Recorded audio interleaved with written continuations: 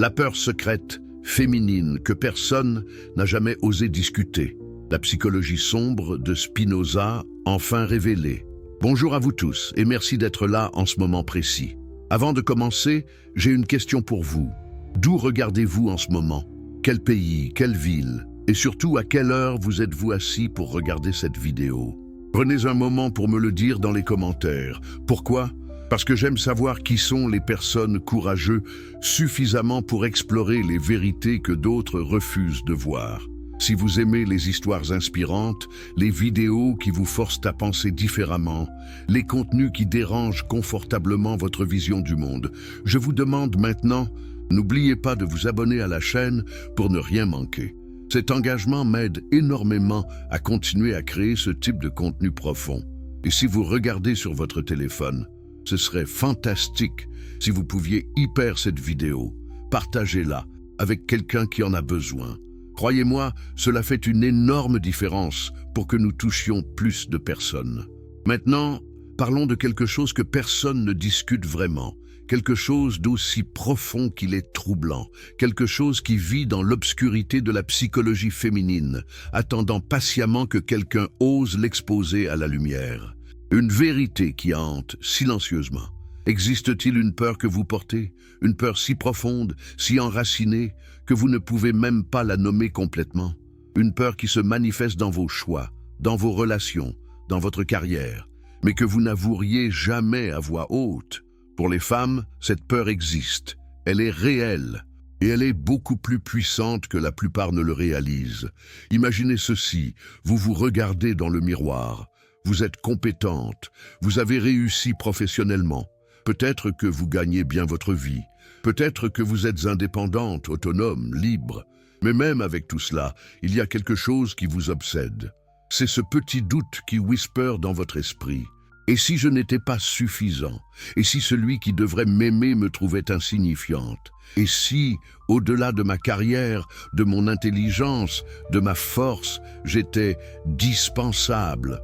Voilà le secret, voilà la peur que nul ne discute vraiment. Pas dans les réunions féministes, pas dans les conversations entre amis, pas dans les podcasts populaires. C'est une peur que les femmes modernes traînent comme une chaîne invisible, tout en prétendant être totalement libérées.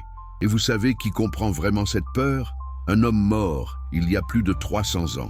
Un philosophe hollandais qui a été si controversé que ses œuvres ont été interdites, si dangereux que les autorités religieuses l'ont considéré comme menaçant l'ordre social lui-même.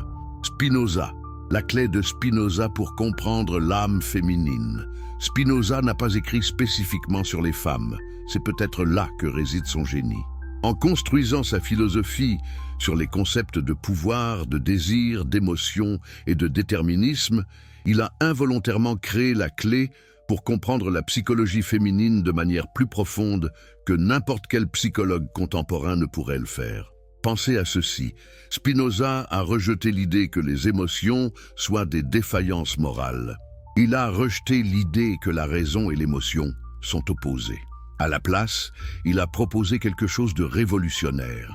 Les émotions sont l'expression directe de notre pouvoir ou de notre impuissance. Quand vous vous sentez joyeuse, c'est parce que votre pouvoir augmente. Quand vous vous sentez triste, c'est parce que votre pouvoir diminue. Maintenant, appliquez cette logique aux femmes dans la société moderne. Quel est exactement le pouvoir d'une femme? Voyez-vous, voilà le problème. Le pouvoir féminin n'a jamais été clairement défini. Il est fluide, contradictoire, parfois célébré, parfois punissable selon les contextes. Une femme peut être puissante en séduisant, mais elle est alors jugée comme manipulatrice. Une femme peut être puissante en commandant, mais elle est alors jugée comme difficile ou non féminine. Une femme peut être puissante en se sacrifiant pour sa famille, mais son sacrifice est considéré comme une obligation naturelle, pas comme une expression de pouvoir. Voyez-vous, la cage, c'est une cage où même le pouvoir est défini de manière telle qu'il vous affaiblit en réalité. Spinoza disait que tout être vivant possède ce qu'il appelait le conatus. C'est la tendance fondamentale de chaque créature à persister dans son existence, à augmenter sa puissance, à continuer à vivre. C'est plus que la simple survie. C'est une poussée active, consciente, constante vers l'expression du potentiel. Pour les femmes, le conatus est en constant conflit avec les forces extérieures qui la déterminent. Vous voyez, Spinoza croyait aussi au déterminisme complet. Il n'y a pas de libre arbitre dans le sens que nous aimons imaginer. Tout est causé par quelque chose d'autre. Mais ici est la partie délicate. Reconnaître que vous êtes déterminé peut vous libérer. Pourquoi ? Parce que si vous reconnaissez les forces qui vous déterminent, vous pouvez commencer à les travailler intelligemment. La peur de l'irrélevance émotionnelle. Laissez-moi vous poser une question que je suis certain que vous avez déjà pensée, mais peut-être jamais dite à voix haute. Qu'est-ce qui se passe si vous devenez émotionnellement irrélevante pour quelqu'un d'important? Qu'est-ce qui se passe si votre capacité à toucher, à affecter, à influencer quelqu'un diminue? Qu'est-ce qui se passe si vous regardez dans les yeux de quelqu'un que vous aimez et vous voyez que vous ne créez plus d'étincelles chez eux?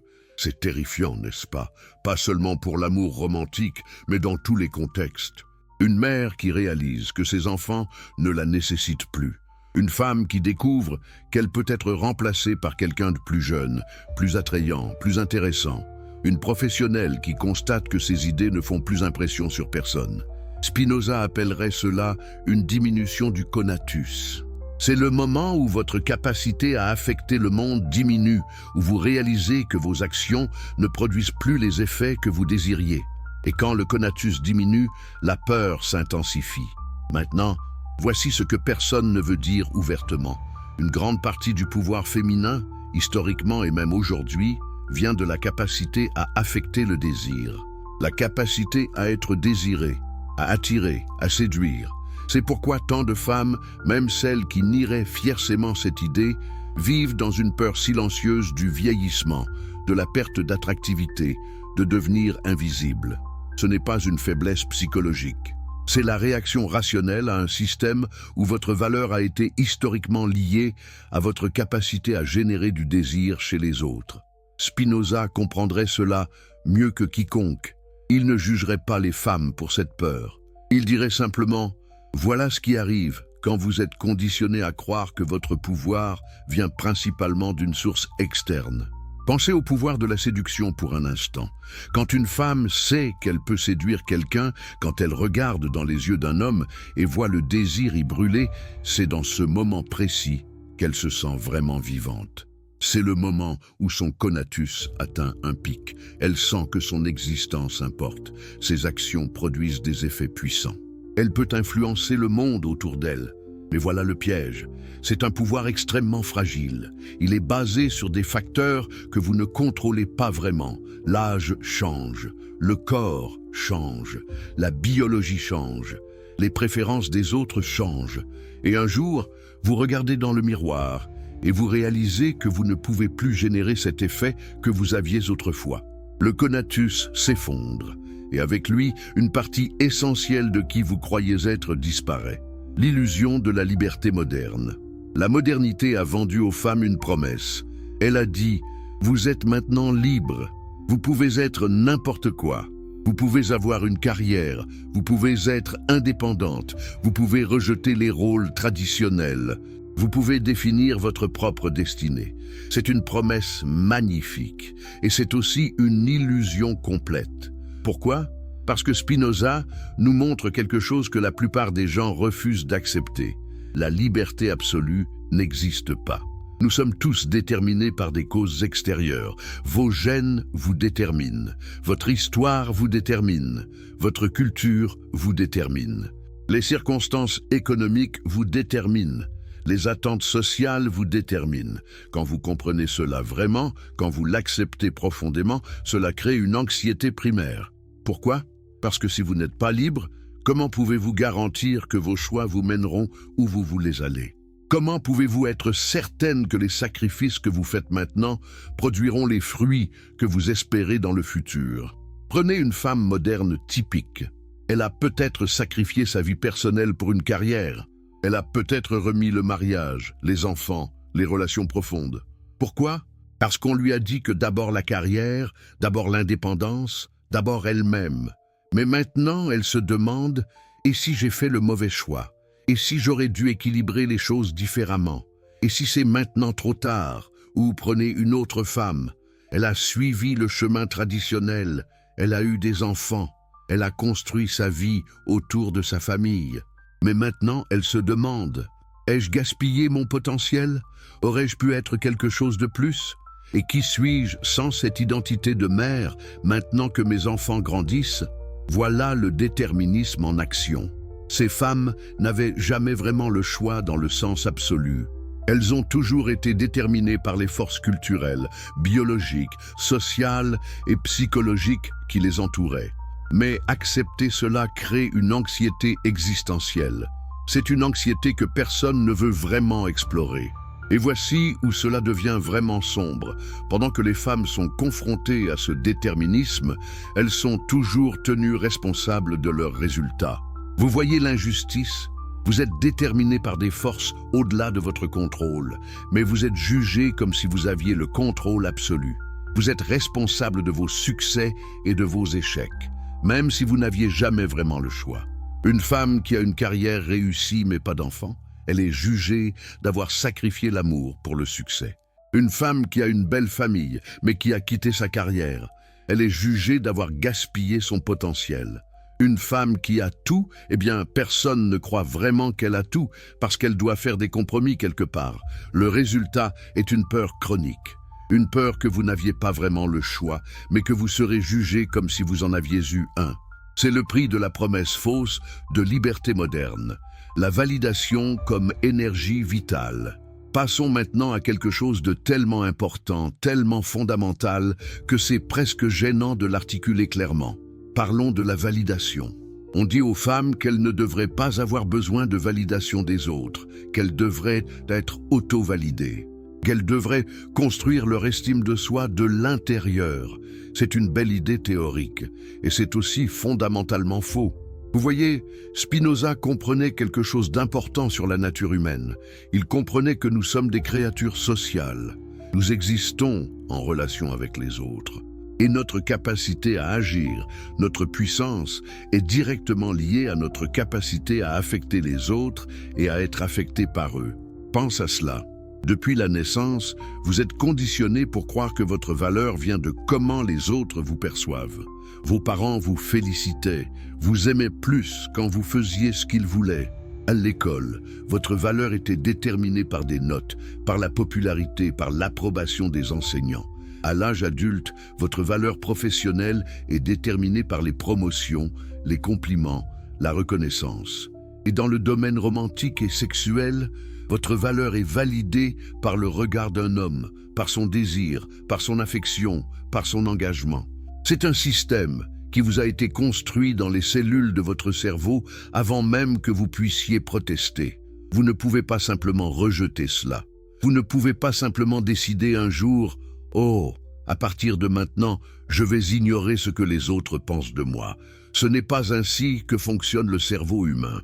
Le cerveau humain est câblé pour se soumettre à ces évaluations sociales. Nous sommes des animaux sociaux. Être rejeté socialement est une menace existentielle primitive. Donc, quand on dit aux femmes d'ignorer la validation externe et de construire leur identité de l'intérieur, on leur demande de combattre une programmation neuronale profonde. C'est possible, oui, mais c'est extrêmement difficile. Et pendant que vous essayez de le faire, vous vivez dans une contradiction constante. Une partie de vous crave désespérément la validation, tandis qu'une autre partie se sent coupable de cravigner. Spinoza appellerait cela une forme d'esclavage. Quand votre image de soi dépend entièrement de la validation externe, vous n'êtes pas libre. Vous êtes un bateau sans ancre, flottant selon les vents du jugement des autres, le miroir déformé de la société. Maintenant, parlons du miroir. La société offre aux femmes un miroir, mais c'est un miroir profondément déformé. Et c'est délibéré. La société dit aux femmes, vous devez être belle, mais pas trop belle, parce qu'alors vous êtes superficielle. Vous devez être intelligente, mais pas trop intelligente, parce qu'alors vous êtes intimidante. Vous devez être sexy, mais pas trop sexy, parce qu'alors vous êtes une salope. Vous devez être indépendante, mais pas trop indépendante, parce qu'alors vous êtes émasculeuse. Vous devez être douce, mais pas trop douce, parce qu'alors vous êtes faible. Voyez-vous le pattern? C'est un équilibre impossible. Il n'existe aucun point sur ce spectre où une femme est correcte. Peu importe où vous vous trouvez, il y aura toujours quelqu'un pour vous dire que vous devriez être ailleurs. Et c'est très délibéré. C'est délibéré parce qu'un être vivant dans une contradiction perpétuelle ne peut pas devenir vraiment puissant. Un être qui dépense son énergie à se demander si elle est trop ceci ou pas assez cela est un être qui ne peut pas concentrer son énergie sur l'acquisition du vrai pouvoir. Pensez à ce qui se passe quand une femme réussit professionnellement. Y a-t-il une réaction sans ambiguïté, une célébration pure? Non, c'est « Oh, quel succès impressionnant !» J'espère qu'elle n'oublie pas d'être une bonne mère. J'espère qu'elle n'oublie pas de prendre soin de son partenaire. J'espère qu'elle n'a pas sacrifié son bonheur personnel. Une femme ne peut jamais simplement être. Elle doit toujours être en équilibre sur un fil tendu, s'assurant qu'elle satisfait les critères conflictuels d'une douzaine de rôles différents. Et quand elle échoue, et elle échouera parce que c'est mathématiquement impossible de succès sur tous les fronts, alors elle est confrontée à une culpabilité écrasante. Elle aurait dû prioriser différemment. Elle aurait dû se battre plus durement. Elle aurait dû être meilleure. C'est un système d'oppression psychologique qu'on appelle liberté. C'est brillant en quelque sorte. C'est tellement bien camouflé que les femmes croient que les critiques contre elles viennent de l'intérieur. C'est ma culpabilité, c'est ma faiblesse, c'est mes mauvais choix, pas le système. Jamais le système. La compétition silencieuse. Maintenant, je veux aborder quelque chose que très peu de femmes admettront ouvertement, mais qu'elles reconnaîtront immédiatement si je le dis clairement.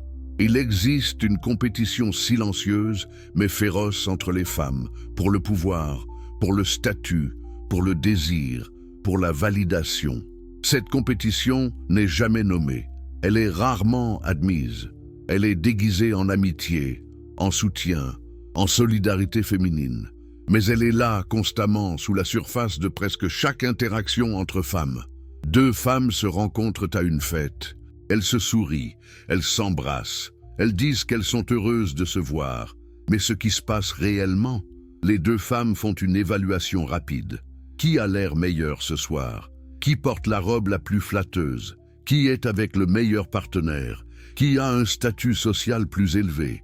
Qui reçoit plus d'attention des hommes dans la pièce? C'est une compétition d'une subtilité extrême. C'est une compétition où la première règle est de ne jamais admettre que vous compétitionnez. Vous devez sourire.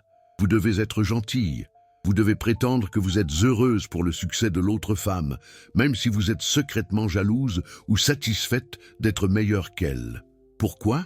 Parce que le système nous apprend à nous voir l'une l'autre comme des rivales. Et le ressource pour lequel nous compétitionnons, c'est l'attention masculine. C'est le statut qu'un homme de qualité peut vous offrir. C'est la validation qui vient d'être choisi, d'être préféré, d'être désiré. Spinoza comprendrait cela comme une forme de pouvoir.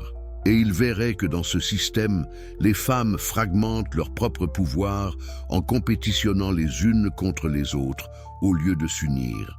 Pensez à cela. Si toutes les femmes du monde se regroupaient vraiment, si elles mettaient fin à la compétition entre elles et s'unissaient avec un but commun, quel pouvoir elles auraient? C'est une perspective terrifiante pour celui qui bénéficie du système actuel. C'est pourquoi le système est conçu pour que les femmes restent fragmentées, divisées, compétitionnant les unes contre les autres pour l'attention et la validation des hommes. Et savez-vous ce qui est vraiment sournois? Les femmes qui réussissent à acquérir du pouvoir en compétitionnant bien sont souvent celles qui deviennent les plus dures envers les autres femmes. Elles sont devenues expertes dans le jeu. Elles savent comment plaire, comment séduire, comment dominer.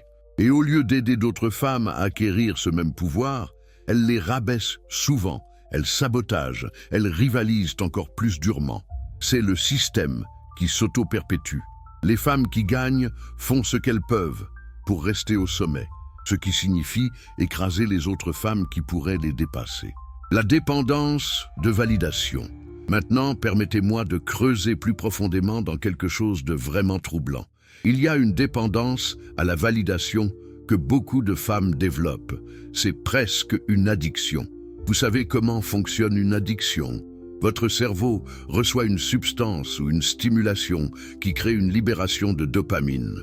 Vous vous sentez bien. Ensuite, votre cerveau apprend à craver cette stimulation.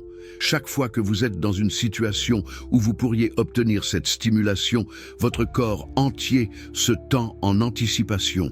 Votre cœur s'accélère. Vous devez l'avoir. La validation fonctionne exactement de cette manière dans le cerveau féminin. Une femme reçoit un compliment sur son apparence. Dopamine. Elle se sent incroyable pendant quelques minutes. Un homme flirte avec elle. Dopamine. Elle se sent vivante, désirée, importante. Elle reçoit des likes et des commentaires positifs sur un selfie qu'elle a posté. Dopamine. Elle se sent validée, aimée, admirée. Au fil du temps, son cerveau commence à craver cette dopamine. Elle commence à organiser sa vie autour de la génération de cette validation. Elle passe des heures à prendre le selfie parfait. Elle arrange sa vie pour que tout semble impeccable pour les autres. Elle se met en position d'être admirée. Et voici ce qui est vraiment addictif, l'incertitude. Quand vous postez une photo, vous ne savez pas combien de likes vous allez recevoir. Vous ne savez pas combien de personnes vont la commenter. Cette incertitude rend la dopamine, quand elle arrive, encore plus forte. C'est comme jouer un jeu de hasard. Donc, une femme addictée à la validation devient pratiquement une machine à seeking cette validation. Elle pense à comment elle paraît. Elle pense à comment elle peut être plus désirable, plus admirée, plus validée. Son identité se dissout graduellement dans cette recherche de validation. Et le pire, elle n'a aucune conscience que c'est en train de se produire. Elle croit qu'elle fait juste ce que les femmes font. Elle croit qu'elle s'exprime. Elle croit qu'elle est authentique. Elle ne réalise pas qu'elle s'est volontairement enchâssée dans un système qui la rend complètement dépendante de la validation des autres. Spinoza appellerait cela une forme d'esclavage. Et il aurait raison. La tyrannie de la culpabilité. Maintenant, il y a quelque chose d'encore plus profond que personne ne veut vraiment examiner. C'est la culpabilité. La culpabilité féminine n'est pas un accident, c'est une construction. C'est un outil de contrôle. Pensez à toutes les façons dont une femme est programmée pour se sentir coupable.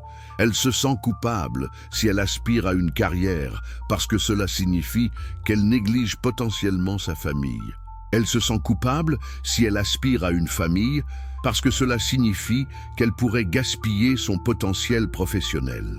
Elle se sent coupable si elle aspire à des relations sexuelles, parce que cela la rend vulgaire. Elle se sent coupable si elle aspire à l'abstinence parce que cela signifie qu'elle est frigide. Elle se sent coupable si elle aspire à l'indépendance parce que cela la rend difficile. Elle se sent coupable si elle aspire à l'interdépendance parce que cela la rend faible. La culpabilité est omniprésente. C'est le bruit de fond de la vie féminine moderne. Et c'est brillant en tant que stratégie de contrôle parce que quand vous faites culpabiliser quelqu'un pour pratiquement tout, cette personne perd la capacité d'agir. Pourquoi agir si peu importe ce que vous faites, vous êtes coupable de quelque chose? Pourquoi poursuivre vos objectifs si cela signifie que vous échouez inévitablement quelque part ailleurs? Pourquoi être vous-même si vous serez puni d'une manière ou d'une autre? La culpabilité vous paralyse. C'est une arme si efficace qu'elle ne nécessite pas de violence externe. Elle vit à l'intérieur. Elle vous blâme. Elle vous juge. Elle vous maintient petite. Et quand vous vivez sous ce poids constant de culpabilité, est-ce que vous pouvez vraiment développer le conatus? Est-ce que vous pouvez vraiment augmenter votre pouvoir et votre capacité d'action? Non. Au lieu de cela, vous diminuez graduellement. Vous devenez moins, pas plus. La question fondamentale. Laissez-moi poser la question que tout cela pose réellement. Qu'est-ce que le pouvoir féminin vraiment? Parce que c'est la question sur laquelle tout repose. Si le pouvoir féminin repose principalement sur la capacité à générer du désir chez les hommes, alors nous parlons d'un pouvoir extrêmement fragile extrêmement fugace et extrêmement dépendant de facteurs que la femme ne contrôle pas réellement. L'âge, les gènes, les préférences changeantes des hommes. Si le pouvoir féminin repose sur la capacité à être une bonne mère, une bonne épouse, une bonne soignante, alors nous parlons d'un pouvoir qui ne vous appartient pas vraiment. C'est un pouvoir au service des autres. Si le pouvoir féminin repose sur la réussite professionnelle, sur l'obtention d'argent et de statut, alors vous jouez simplement le jeu patriarcal selon les règles patriarcales. Vous avez peut-être gagné, mais vous avez gagné en imitant les hommes, pas en utilisant une forme de pouvoir distinctement féminin. C'est ici que réside la vraie confusion. Les femmes ne savent pas d'où vient le pouvoir. Donc elles essaient de l'obtenir de partout. Elles essaient d'être désirables et puissantes professionnellement. Elles essaient d'être indépendantes et aimantes. Elles essaient de tout avoir. Et bien sûr, elles échouent parce que c'est impossible. Le pouvoir réel, selon Spinoza, vient d'une augmentation de votre capacité à agir, à penser, à affecter le monde. Ce n'est pas le pouvoir sur les autres, c'est le pouvoir de vous-même. C'est la capacité à générer du changement, à créer de la réalité, à transformer le monde selon votre vision. Les femmes ont rarement développé cela. Au lieu de cela, elles ont développé une forme de pouvoir qui dépend de la réaction des autres. Et en épousant cela, elles ont garrotté leur vrai potentiel. La continuation, sexualité, trahison et compétition. Bienvenue de retour. Je sais que vous êtes probablement en train de faire autre chose en ce moment. Vous cuisinez peut-être. Vous êtes peut-être au travail en regardant discrètement votre téléphone. Vous êtes peut-être au lit le matin, cherchant un moment de réflexion avant de commencer votre journée. Donc d'abord, je voudrais savoir, d'où regardez-vous cette vidéo en ce moment? Quel pays? Quelle heure? Dites-moi dans les commentaires. C'est important pour moi de savoir qui vous êtes, où vous venez, et pourquoi vous avez choisi de passer ce moment avec ces idées. Et si vous trouvez ce contenu précieux, si vous sentez que c'est le type de réflexion que le monde a besoin d'entendre, alors je vous demande humblement, inscrivez-vous, partagez cette vidéo. Si vous êtes sur votre téléphone, hyper cette vidéo. Je sais que cela peut sembler banal, mais chaque partage, chaque abonnement, chaque commentaire m'aide à atteindre plus de personnes. Et plus de personnes avec accès à ces vérités, c'est plus de femmes qui peuvent se libérer de la prison que je vais continuer à décrire pour vous. Maintenant, plongeons dans quelque chose de vraiment sombre. Quelque chose que la société enjoint aux femmes de ne jamais examiner trop attentivement. Parlons de sexualité. La sexualité comme arme et prison. Il y a un paradoxe au cœur de la féminité qui a été codé dans les psychologies féminines depuis des millénaires. C'est un paradoxe si fondamental, si profond, qu'il structure la vie émotionnelle entière d'une femme. Et voici ce paradoxe. La sexualité féminine est simultanément le plus grand pouvoir qu'une femme peut posséder et la plus grande source de sa vulnérabilité. Pensez à cela vraiment.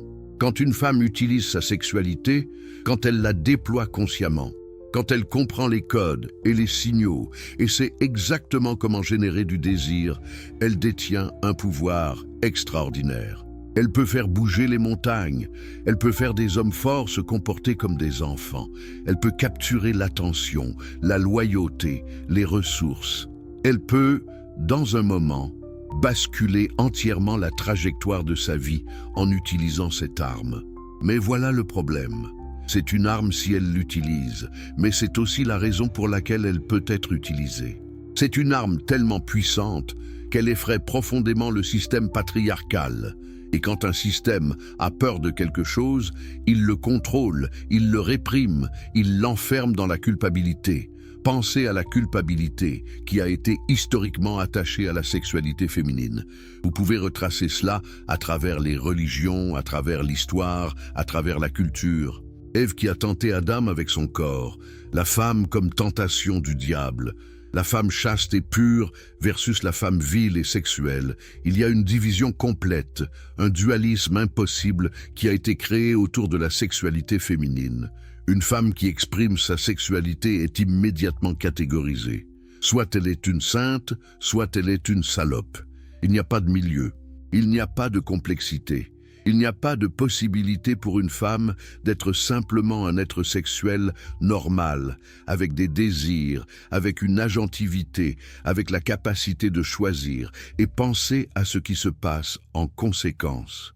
Une femme qui a intériorisé cette culpabilité ne peut pas exprimer sa sexualité librement. Elle est divisée en elle-même. Une partie d'elle veut, une partie d'elle pense qu'elle ne devrait pas vouloir. Une partie d'elle désire, une partie d'elle pense qu'elle est mauvaise de désirer. Spinoza dirait que c'est une contradiction qui diminue votre conatus. C'est une contradiction qui fragmente votre pouvoir. Quand vous êtes divisé contre vous-même, vous ne pouvez pas être une force unifiée. Vous ne pouvez pas être pleinement puissante.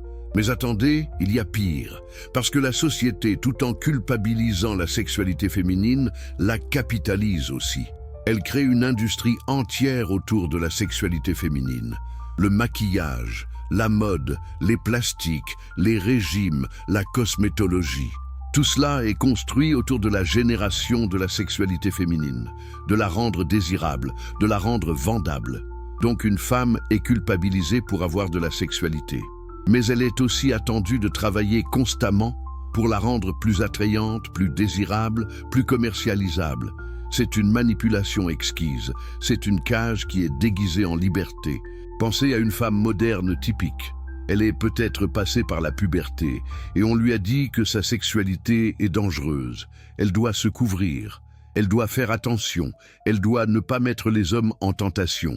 Mais en même temps, elle est bombardée d'images d'autres femmes qui sont extrêmement sexy, qui exposent leur corps, qui semblent avoir du plaisir. On lui dit qu'elle aussi devrait être comme ça. Elle aussi devrait être attrayante. Elle aussi devrait générer du désir. C'est une contradiction qui la déchire, et cette déchirure la rend dingue. Elle rend une femme incapable de prendre des décisions claires sur son propre corps, sur sa propre sexualité, sur ce qu'elle veut vraiment. Et puis il y a le domaine romantique et sexuel avec les hommes. Voici où cela devient vraiment sombre, parce que le pouvoir de la sexualité féminine, quand il est utilisé dans le contexte d'une relation, devient inévitablement entrelacé avec le pouvoir relationnel. Il devient impossible de démêler. Une femme qui sait comment générer du désir chez un homme détient sur lui un type de pouvoir particulier, et cet homme sait cela. Il sent qu'il est sous le pouvoir d'une force qui le dépasse, et cela crée en lui une ambivalence. Il la désire, il peut l'aimer, mais il ressent aussi une certaine crainte, une certaine impuissance face à cette force qu'elle exerce sur lui. Maintenant, quand un homme ou un système patriarcal a peur du pouvoir d'une femme, comment réagit-il? Il essaie de la contrôler. Il essaie de la rendre dépendante. Il essaie de fragmenter son pouvoir. C'est pourquoi dans tant de relations, le pouvoir sexuel d'une femme devient un point de friction majeur. C'est pourquoi les hommes sont souvent jaloux de la sexualité de leur partenaire, des regards qu'elles reçoivent des autres hommes, des compliments qu'elles reçoivent. Mais il y a aussi une autre dimension. Parce que le pouvoir sexuel d'une femme n'est vraiment du pouvoir que si elle peut le retirer. Si elle le donne complètement, si elle le rend totalement disponible, alors ce n'est plus du pouvoir. C'est une capitulation. Donc, il existe une dynamique très subtile dans les relations où une femme doit constamment naviguer. Elle doit être suffisamment sexuelle pour garder le désir vivant, mais pas trop sexuelle, parce qu'alors elle perd le pouvoir. Elle doit être suffisamment retenue pour maintenir le mystère, mais pas trop, parce qu'alors elle se sent éloignée de son partenaire. C'est un équilibre impossible, et quand une femme essaie de le maintenir, elle devient une actrice, elle joue un rôle. Elle calcule chaque geste, chaque parole, chaque expression du visage. Elle n'est plus authentique, elle n'est plus elle-même.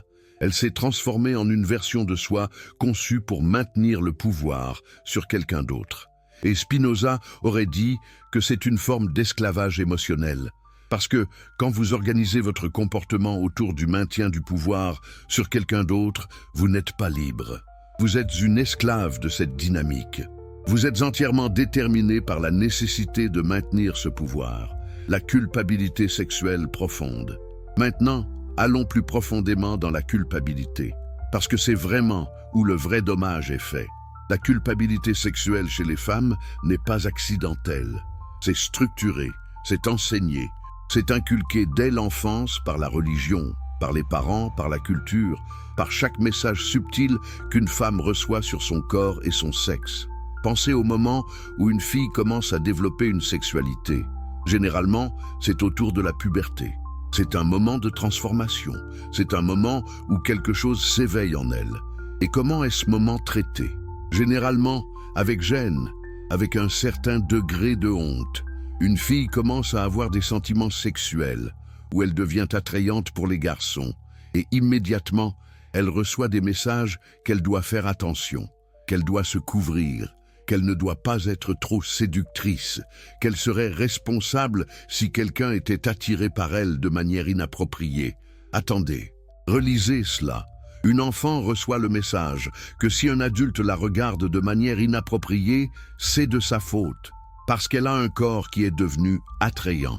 C'est l'une des culpabilités les plus cruelles qu'une jeune fille puisse intérioriser.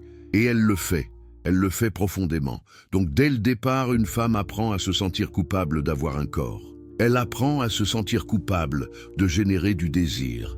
Elle apprend que sa sexualité n'est pas quelque chose qu'elle possède. C'est quelque chose dont elle est responsable de ne pas laisser échapper du contrôle. Pensez à ce qu'une femme reçoit comme message social autour de sa virginité. Dans beaucoup de cultures, la virginité féminine est valorisée comme quelque chose de précieux. C'est un don qu'une femme peut donner à un homme. Et si elle le donne à la mauvaise personne ou au mauvais moment, elle a gaspillé quelque chose. Elle n'est plus précieuse. C'est une manière extraordinairement cruelle de conceptualiser la sexualité féminine, parce que cela rend une femme responsable de toute la valeur qu'elle possède. Et quand elle perd cette valeur, parce qu'elle a eu des relations sexuelles, alors elle ne vaut rien. Avez-vous jamais pensé à ce que cela fait psychologiquement à une femme? Pensez vraiment à cela. Pensez à une jeune femme qui a expérimenté sexuellement, elle a couché avec quelqu'un, et maintenant, elle se sent comme si elle avait perdu quelque chose, pas seulement quelque chose physique, quelque chose d'ontologique. Elle se sent comme si elle était devenue moins, comme si elle avait perdu une partie de son essence. Et c'est tellement enraciné que même les femmes les plus progressistes, celles qui prétendent avoir rejeté ces idées, la portent avec elles. Elles pourraient intellectuellement comprendre que la virginité n'a pas d'importance, mais émotionnellement, il y a ce poids, il y a cette culpabilité résiduelle. Et comment cette culpabilité se manifeste-t-elle? Elle se manifeste dans les choix que les femmes font. Elle se manifeste dans les relations qu'elles permissionnent. Elle se manifeste dans la manière dont elles se traitent elles-mêmes.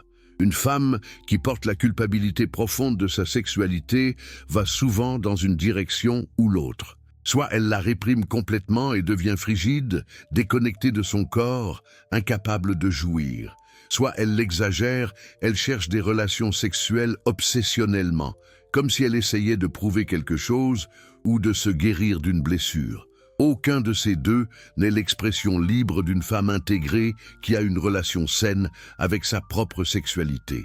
Et puis, il y a l'autre couche, parce que la culpabilité sexuelle féminine n'existe pas dans le vide. Elle existe dans le contexte d'une moralité qui valorise la chasteté féminine et juge les hommes très différemment. Un homme qui a beaucoup de relations sexuelles, il est un joueur, il est une conquête, il est viril. Un homme qui est vierge, il est un loser ou un inexpérimenté. Mais il n'y a pas cette culpabilité morale attachée. Une femme qui a beaucoup de relations sexuelles, elle est une salope. Elle est facile. Elle a perdu sa valeur. Une femme qui est vierge, elle est pure. Elle est précieuse. Elle s'est préservée. Voyez-vous le double standard? Voyez-vous comment c'est conçu pour garder les femmes dans une position de culpabilité, peu importe ce qu'elles font? Et cette culpabilité, Spinoza le comprendrait, c'est une diminution du conatus. C'est une diminution de la capacité d'une femme à agir librement, à vivre pleinement, à exprimer sa nature. Quand une femme se sent coupable de sa sexualité, elle n'est pas libre. Elle est entravée, elle est diminuée. La peur de perdre le contrôle reproductif. Maintenant, il y a une couche supplémentaire à cela. Et c'est peut-être encore plus sombre que la culpabilité. C'est la peur de perdre le contrôle de son corps reproductif. Pour une femme, le corps n'est jamais vraiment tout à elle, parce qu'elle peut devenir enceinte. Ce n'est pas quelque chose qui arrive à un homme de la même manière. Un homme peut avoir des relations sexuelles sans conséquences physiques majeures. Une femme, non. Elle risque sa santé, elle risque sa vie, elle risque de transformer complètement la trajectoire de son existence. Et pendant une grande partie de l'histoire, les femmes n'avaient vraiment aucun contrôle sur cela. Elles n'avaient pas accès à la contraception. Elles n'avaient pas le droit d'avortement. Elles n'avaient pas la possibilité de planifier leur propre reproduction. Donc pour une femme, faire l'amour n'était jamais simplement un acte de plaisir ou de connexion, c'était un acte risqué. C'était jouer à la roulette russe avec votre propre corps. Même maintenant, même avec la contraception disponible, même dans les pays où l'avortement est légal, il y a une peur résiduelle, une peur profonde que quelque chose puisse mal tourner, que le contraceptif puisse échouer, qu'elle se retrouve enceinte quand elle ne l'a pas prévu, et pensez à ce que cela fait psychologiquement. Une femme qui fait l'amour avec un homme, peu importe comment elle rationalise, un peu partie d'elle sait qu'elle risque quelque chose qu'il ne risque pas. C'est une inégalité fondamentale, au niveau du corps, au niveau du risque. Et cette peur, Spinoza dirait que c'est une impuissance fondamentale. C'est la peur que quelque chose, en dehors de vous, puisse prendre contrôle de votre corps, de votre vie, de votre avenir. Et quand vous vivez avec cette peur, vous n'êtes pas libre. Vous êtes une victime potentielle, attendant simplement que l'événement indésirable se produise. Donc même dans le contexte du féminisme moderne, même quand une femme a beaucoup plus de contrôle qu'elle n'en a jamais eu auparavant, il y a toujours cet soubassement de peur, cette peur primale qu'elle n'a pas vraiment contrôle, que son corps peut être conscrit, que sa vie peut être radicalement altérée contre son gré. Et c'est une peur qui structure silencieusement beaucoup des choix qu'une femme fait. Peut-être qu'elle ne l'admettrait jamais. Peut-être qu'elle dirait qu'elle choisit sa carrière plutôt que la maternité. Mais une partie de cette décision vient de la peur. La peur de perdre le contrôle. La peur que la maternité la piégerait. La peur que son corps serait pris d'assaut. Ou peut-être qu'elle choisit la maternité. Mais une partie de cela aussi vient de la peur. La peur d'être jugée comme égoïste, la peur de ne pas être une vraie femme, la peur que sa vie n'aura pas d'importance si elle ne produit pas des enfants. C'est la cage invisible, c'est la détermination qui vous contrôle sans que vous soyez vraiment consciente qu'elle est là. La trahison comme menace psychologique. Maintenant, passons à quelque chose de vraiment dévasté.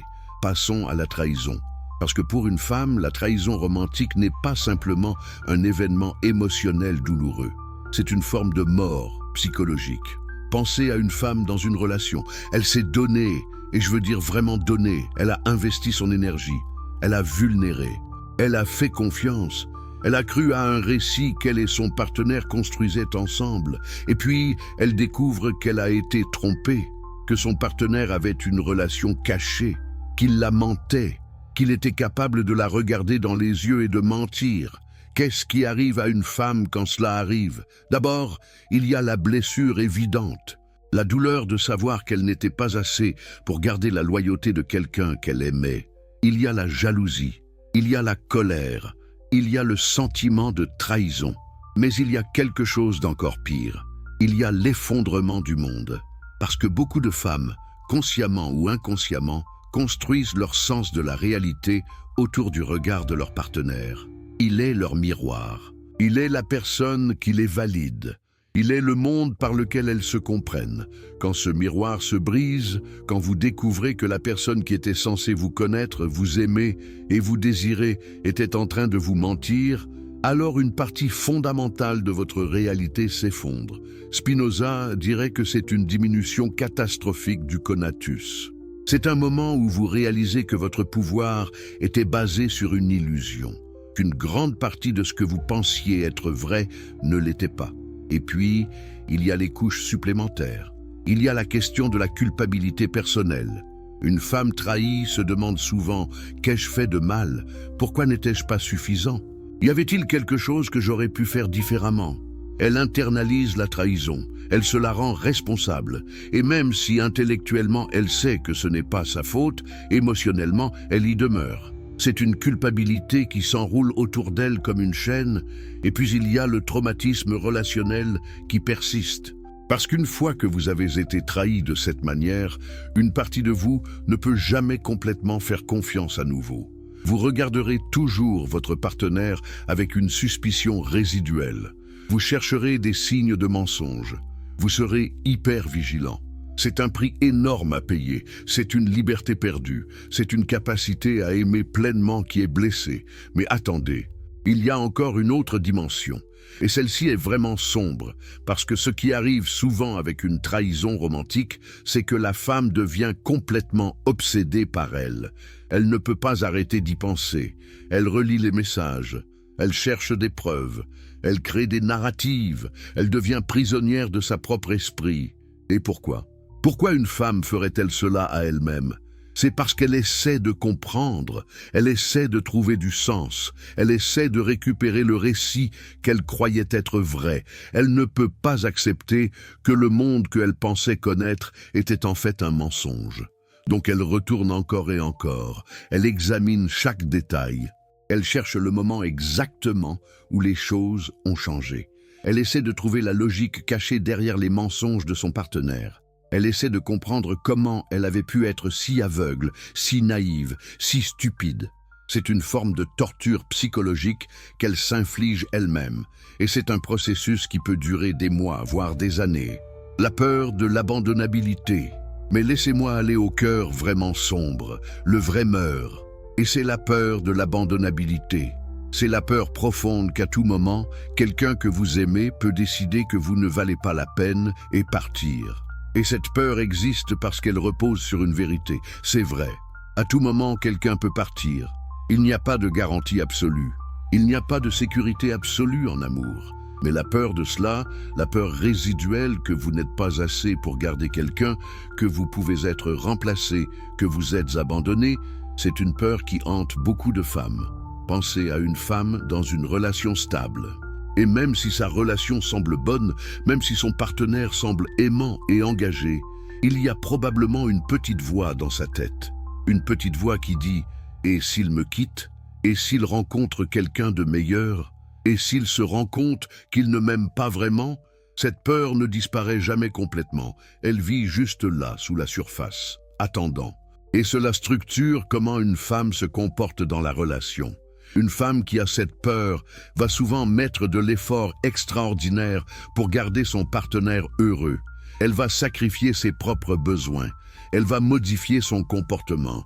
Elle va essayer de devenir la personne qu'elle pense qu'il veut qu'elle soit. Elle va tout faire pour minimiser le risque qu'il la quitte.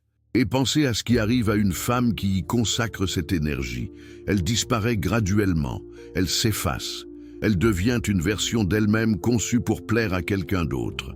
C'est une perte de soi très réelle, c'est une diminution du conatus, c'est l'effet inverse du pouvoir, c'est l'esclavage volontaire. Et l'ironie, c'est que plus une femme fait cela, plus elle risque d'être quittée, parce qu'une femme qui s'est complètement effacée n'est pas attrayante. Elle n'a pas d'énergie, elle n'a pas d'authenticité, elle n'a que le désespoir de ne pas être abandonnée. Les hommes peuvent sentir cela, et cela les repousse. Donc, en tentant de ne pas être abandonnée, une femme crée exactement les conditions qui mènent à l'abandon. C'est une prophétie qui s'auto-réalise. C'est profondément injuste. Et c'est complètement compris par Spinoza. Il dirait que cette femme est prise dans une contradiction fondamentale. Elle essaie d'augmenter son pouvoir en se diminuant. Elle essaie de se sécuriser en se rendant vulnérable. C'est une contradiction mathématique. Il n'y a pas de résultat possible autre que l'effondrement, la compétition invisible entre femmes. Maintenant, nous arrivons à quelque chose que je voudrais que vous confirmiez pour moi. Quelque chose que vous savez être vrai, mais que vous n'avoueriez probablement jamais à voix haute. C'est la compétition entre femmes. Oui, nous partons de solidarité féminine. Oui, nous parlons de l'importance de s'entraider. Oui, nous sourions et nous prétendons que nous sommes heureux pour le succès de l'autre femme. Mais en réalité, il y a une compétition qui se déplie constamment. C'est une compétition silencieuse, c'est une compétition sans fin. Et c'est une compétition que la plupart des femmes ne sont même pas complètement conscientes qu'elles sont dans. Pensez à deux femmes qui se rencontrent. Il peut ne pas y avoir de compétition consciente. Elles peuvent être amies, elles peuvent s'aimer. Mais qu'est-ce qui se passe vraiment au niveau non conscient? Chaque femme évalue rapidement l'autre. Qui est plus attirant physiquement? Qui a l'air d'avoir plus de statut? Qui a l'air d'être avec un meilleur mec? Qui a l'air d'avoir plus réussi professionnellement? Qui reçoit plus d'attention dans la pièce? C'est rapide, c'est subtil et c'est complètement automatique. Et l'une de ces femmes a gagné cette compétition invisible, pas parce qu'elle l'a consciemment poursuivie, mais parce que simplement, pour un certain nombre de critères, elle est considérée comme supérieure. Et comment se sent la femme qui a perdu? Elle se sent moins bien, elle se sent moins attrayante, elle se sent moins réussie, elle se sent envieuse, elle se sent jalouse. Et comment réagit-elle? Souvent, elle essaiera de sabotager l'autre femme, elle fera des commentaires, elle partagera des secrets, elle minimisera les accomplissements de l'autre femme, elle cherchera des failles, elle tentera de réduire le statut de l'autre femme pour que sa propre position relative s'améliore. C'est ce qu'on appelle souvent de la fofoka, ou du bitchiness entre femmes, ou simplement de la cruauté féminine. Mais Spinoza dirait que c'est bien plus que cela.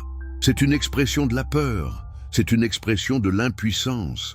Quand une femme se sent moins puissante qu'une autre, quand elle se sent menacée, elle cherche à diminuer cette menace. Et la manière la plus facile de le faire est de diminuer l'autre femme. C'est une manifestation rationnelle, logique, de la psychologie de la compétition. Ce n'est pas une défaillance morale. C'est la mécanique de la domination. Et c'est encodé dans le système dans lequel les femmes vivent. Maintenant, pensez à ce qui se passe quand deux femmes sont vraiment compétitives, vraiment jalouses l'une de l'autre. Vous pouvez parfois voir cela dans les groupes d'amis.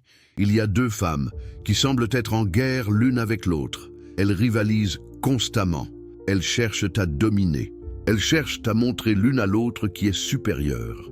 Et quand vous regardez de près, vous voyez souvent que cette rivalité est enracinée dans une chose, la compétition pour l'attention masculine, ou pour un homme en particulier. Peut-être qu'il y a un gars dans le groupe, et les deux femmes sont attirées par lui, et immédiatement, la compétition commence. Qui attirera son attention? Qui recevra son compliment? Qui réussira à le faire rire? Et la profondeur de cette rivalité peut être vraiment étonnante. Deux femmes qui auraient pu être les meilleures amies deviennent des ennemis féroces. Elles se blessent mutuellement. Elles se sabotent. Elles essaient de détruire la crédibilité l'une de l'autre. Et c'est tout par rapport à un seul homme. Un seul homme qui existe en dehors d'elles. Un seul homme qui est le catalyseur de leur division. Spinoza comprendrait cela comme une fragmentation du pouvoir féminin collectif. Parce que tant que les femmes rivalisent les unes avec les autres pour l'attention et l'approbation des hommes, elles ne peuvent jamais s'unir. Tant qu'elles se voient les unes les autres comme des rivales plutôt que comme des alliés, elles sont divisées. Et quand elles sont divisées, elles n'ont aucun pouvoir réel. Elles peuvent avoir du pouvoir individuel. Une femme peut séduire un homme, ou avancer sa carrière, ou obtenir du prestige. Mais collectivement, elles sont sans pouvoir. Et c'est exactement comme le système préfère que ce soit. L'envie, je comme moteur psychologique profond, il y a une émotion que je veux vraiment examiner ici, et c'est l'envie, parce que l'envie chez les femmes, l'envie entre femmes est profonde, elle est corrosive, elle est rongeur l'âme. L'envie n'est pas simplement le souhait d'avoir ce qu'une autre personne a, ce serait la jalousie. L'envie est plus sinistre. L'envie est la douleur d'une autre personne qui a quelque chose que vous voulez, combiné au désir que cette personne perde cette chose. L'envie dit « Non seulement je voudrais avoir cela, mais je serais heureux de voir la personne qui l'a le perdre. » Et il y a beaucoup d'envie entre femmes. Une femme voit une autre femme heureuse dans une relation. Et une partie d'elle souhaite que la relation échoue. Une femme voit une autre femme réussir professionnellement. Et une partie d'elle souhaite qu'elle échoue. Une femme voit une autre femme qui est considérée comme plus belle. Et une partie d'elle souhaite que cette beauté se fane. C'est une émotion très sombre, et c'est une émotion que les femmes ont souvent honte de ressentir, parce qu'elles ont été conditionnées à croire qu'elles sont censées être solidaires les unes avec les autres, qu'elles sont censées s'entraider, qu'elles sont censées célébrer les succès de l'autre. Mais sous la surface, il y a cette envie qui est rongeur. Il y a ce souhait secret que la vie de l'autre femme devient plus difficile. Et Spinoza dirait que c'est une réaction rationnelle à un système où il y a une quantité finie de pouvoir et d'attention, et où les femmes rivalisent pour l'accès à ce pouvoir. Si vous vivez dans un système où votre valeur dépend de votre capacité à être plus attirant, plus sexy, plus réussi que les autres femmes, alors il est rationnel que vous enviez les femmes qui semblent avoir plus de ces choses que vous. C'est logique. C'est humain, et c'est une preuve de comment le système vous détermine. Les amitiés féminines comme spectacle. Maintenant, pensons aux amitiés féminines, parce qu'ils sont rarement ce qu'ils semblent être. Prenez un groupe de femmes qui se considèrent comme les meilleures amies. Elles passent du temps ensemble, elles partagent des secrets, elles se soutiennent mutuellement ou semblent le faire. Mais qu'est-ce qui se passe vraiment ? Vous creusez un peu et vous trouvez que ces amitiés sont remplies de structures cachées. Il y a une hiérarchie. Il y a généralement une femme dominante du groupe. Il y a du déplacement social. Il y a des alliés et des ennemis. Et quand vous regardez les interactions, vous voyez des couches de compétition cachées. Les femmes font des commentaires qui semblent être des compliments, mais qui sont réellement des insultes. Elles partagent des informations les unes sur les autres qui sont présentées comme de la préoccupation, mais qui sont réellement de la médisance. Elles se sabotent mutuellement de manière si subtile que personne ne pourrait vraiment dire que c'est intentionnel. Prenez par exemple une amie qui vous dit « Oh, tu as l'air vraiment heureuse en ce moment. C'est si bien. » Mais il y a quelque chose dans le ton, quelque chose dans la manière dont elle l'a dit. Et vous comprenez que ce qu'elle dit vraiment est « Je suis jaloux que tu sembles heureuse » ou une amie qui vous demande des conseils sur les gars ou la carrière ou la vie. Elle pose toutes les bonnes questions. Elle semble intéressée. Mais vous réalisez que ce qu'elle est vraiment en train de faire, c'est de vous extraire vos stratégies, vos tactiques, la manière dont vous réussissez, afin qu'elle puisse faire pareil. Ces amitiés ne sont pas mauvaises, elles sont juste rarement authentiques, elles sont rarement ce qu'elles semblent être à la surface. Et cela crée une profonde solitude pour les femmes. Vous vous entourez de gens qui s'appellent amis, mais au niveau profond, vous ne vous faites jamais vraiment confiance. Il y a toujours une défense, il y a toujours une part de vous qui sait que ces femmes pourraient utiliser contre vous les choses que vous leur avez confiées. C'est un type de solitude très particulier. C'est être seul au milieu d'autres personnes. C'est avoir du soutien social qui est creusement vide à l'intérieur. La manipulation subtile. Maintenant, voici une dernière chose que je veux vous laisser avec concernant la compétition entre femmes. C'est la manipulation subtile, parce que les femmes, ayant été systématiquement privées du pouvoir direct, deviennent experts dans le pouvoir indirect. Elles deviennent experts dans la manipulation. Pensez à la manière dont une femme manipule son partenaire. Elle ne va pas simplement lui dire « je veux que tu fasses cela ». Au lieu de cela, elle va créer une situation dans laquelle il pense que c'était son idée. Elle peut soupirer d'une certaine manière. Elle peut faire une remarque de passage. Elle peut se retirer émotionnellement. Et son partenaire, sentant qu'il a fait quelque chose de mal, va essayer de le corriger. Et sans le savoir, il fait exactement ce qu'elle voulait. C'est un type de pouvoir très particulier. C'est le pouvoir de manipulation émotionnelle. Et les femmes deviennent très très bonnes à cela. Mais ce type de pouvoir ne vient pas sans un coût. Parce que pour maintenir ce type de manipulation, vous devez constamment surveiller l'autre personne. Vous devez constamment calculer. Vous devez constamment être en contrôle. C'est épuisant, c'est fragmenté. Et c'est une expression d'impuissance, pas de pouvoir réel. Parce que le vrai pouvoir serait d'être capable de dire directement à quelqu'un ce que vous voulez et d'avoir cette demande respectée. Le vrai pouvoir serait de ne pas avoir à manipuler. Le vrai pouvoir serait d'être entendu sans avoir à utiliser des tactiques. Mais les femmes, n'ayant pas accès au pouvoir direct, deviennent des maîtres de la manipulation. Et elles l'utilisent les unes contre les autres. Elles l'utilisent dans leurs amitiés. Elles l'utilisent dans leurs compétitions. Elles l'utilisent pour blesser les autres femmes sans qu'elles puissent facilement vous blâmer. Et c'est un cycle vicieux. Parce qu'une femme qui a été manipulée par une autre femme devient à son tour une femme qui manipule. Elle apprend que c'est la manière du monde. Que le pouvoir vient par la ruse et la manipulation, pas par la clarté et l'authenticité. La solidarité féminine comme concept mort. Et ici, je vais vous dire quelque chose que très peu de gens disent. La solidarité féminine en tant que concept est morte. Ou plutôt, elle n'a jamais vraiment existé. Elle est une illusion. Elle est un concept romantique que nous avons créé pour masquer la réalité de la compétition féroce entre femmes. Voici comment cela fonctionne. Les femmes se réunissent et elles parlent de solidarité. Elles disent qu'elles doivent s'entraider, qu'elles doivent se soutenir, que le patriarcat ne peut être vaincu que si les femmes s'unissent. C'est vrai, absolument vrai. Si les femmes s'unissaient réellement, si elles arrêtaient de rivaliser les unes avec les autres et s'unissaient avec un but commun, elles auraient un pouvoir extraordinaire. Mais cela n'arrive jamais, parce que la compétition pour le pouvoir personnel, pour le statut personnel, pour l'attention personnelle est plus forte que le désir d'une solidarité collective. Prenez par exemple un mouvement féministe. Des femmes se réunissent pour lutter pour les droits des femmes. C'est admirable. Mais regardez de près, il y a généralement quelques femmes qui émergent comme les leaders, et ces femmes commencent à rivaliser les unes avec les autres pour le leadership. Il y a de la médisance, il y a de la politique, il y a du rejet. Le mouvement devient moins sur la solidarité et plus sur la compétition pour être la voix du féminisme. Et plus cela se produit, moins le mouvement devient efficace. C'est triste, c'est frustrant. Et c'est une manifestation de ce que Spinoza comprendrait comme l'impuissance collective des femmes. Elles sont déterminées par les forces du système à rivaliser, et même quand elles essaient de s'unir, cette impulsion à rivaliser les sabote. Voilà ce que je voulais que vous compreniez. La sexualité féminine n'est pas libre, c'est contrôlé par la culpabilité.